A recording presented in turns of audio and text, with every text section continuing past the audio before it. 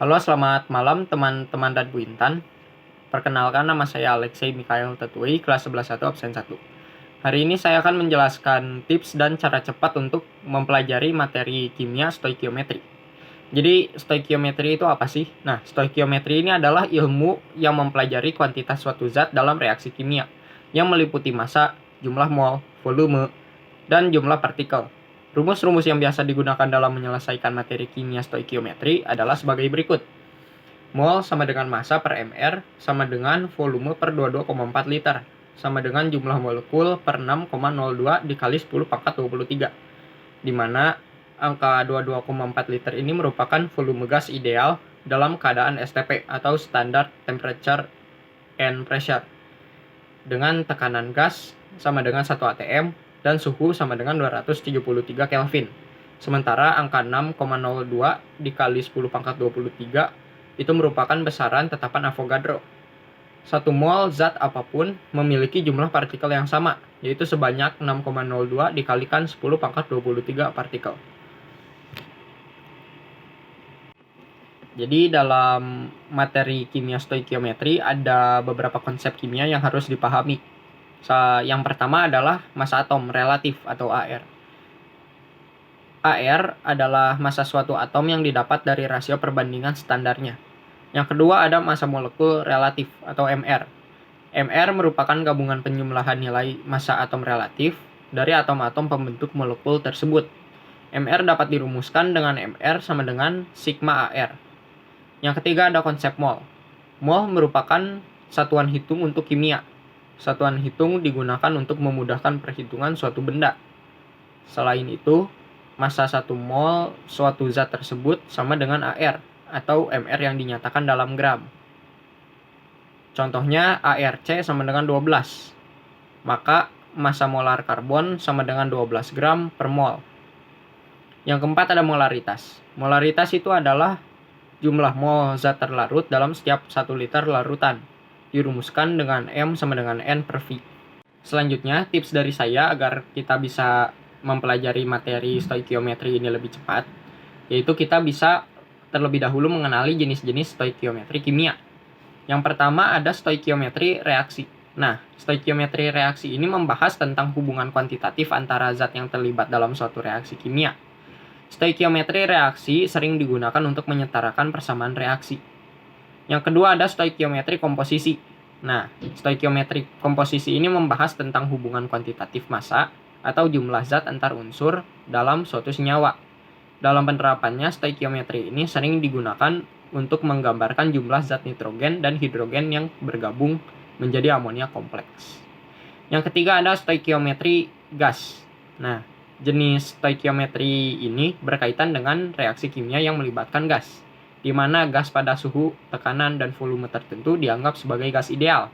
Persamaan gas ideal sering dirumuskan seperti berikut, dengan PV sama dengan nRT, di mana P sama dengan tekanan dalam satuan atm, V sama dengan volume gas dalam satuan liter, N sama dengan jumlah mol, R sama dengan tetapan gas 0,082 liter atm per mol Kelvin, dan T sama dengan suhu 273 Kelvin. Untuk tips selanjutnya, di sini kita bisa menggunakan konsep kemolaran untuk reaksi kimia dalam larutan. Nah, konsep kemolaran dan berbagai jenis reaksi kimia dalam larutan elektrolit dapat digunakan pada perhitungan reaksi kimia dalam larutan. Perhitungan konsentrasi yang pertama, ada tulis persamaan reaksi antara larutan asam A dan larutan basa B. Seperti berikut. Yang kedua, kita nyatakan rumus untuk menghitung mol A dan mol B yang bereaksi. Dan yang ketiga, dari persamaan reaksi A dan B, perbandingan mol A dan mol B agar habis bereaksi sama dengan A banding B. Maka akan diperoleh hasil sebagai berikut, di mana M sama dengan kemolaran asam A dan basa B. V sama dengan volume asam A dan basa B. A, B sama dengan koefisien reaksi asam A dan basa B. Rumus ini juga dapat digunakan untuk menentukan konsentrasi suatu larutan basa dengan menggunakan suatu larutan standar asam. Selanjutnya di sini saya memiliki satu contoh soal stoikiometri larutan. Gas amoniak dapat dihasilkan melalui persamaan reaksi berikut. NH4 2SO4 tambah 2KOH bereaksi menjadi 2NH3 tambah 2H2O tambah K2SO4. Reaksi berlangsung pada 0 Celcius 1 atm. Volume gas amoniak NH3 yang dihasilkan setelah 33 gram NH4 2SO4 MR132 bereaksi adalah. Nah, untuk membahas soal ini, maka kita perlu mencari, diketahui, dan ditanyanya terlebih dahulu.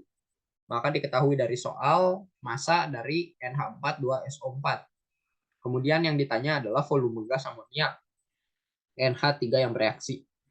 Maka untuk menjawab soal ini, kita pertama-tama perlu menentukan nilai mol dari amonium sulfat.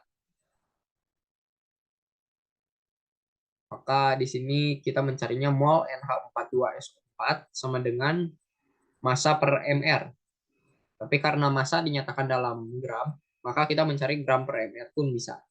Sama dengan 33 per 132 mol. Maka didapatkan hasil 0,25 mol. Selanjutnya kita tentukan mol NH3 dengan memanfaatkan kesetaraan antara koefisien dengan mol. Di sini mol NH3 sama dengan 2/1 dikali mol NH4 2SO4 yang telah kita temukan tadi. Maka sama dengan 2 dikali 0,25 mol sama dengan 0,5 mol. Diketahui dari soal, reaksi berlangsung pada 0 derajat Celcius 1 atm. Berarti dapat disimpulkan bahwa reaksi berlangsung pada keadaan STP, maka volume yang digunakan yaitu 22,4 liter. Jadi volume NH3 sama dengan mol dikali volume STP, sama dengan 0,5 dikali 22,4 liter, sama dengan 11,2 liter. Jadi volume gas amoniak yang dihasilkan adalah 11,2 liter. Jadi jawabannya adalah pilihan yang C.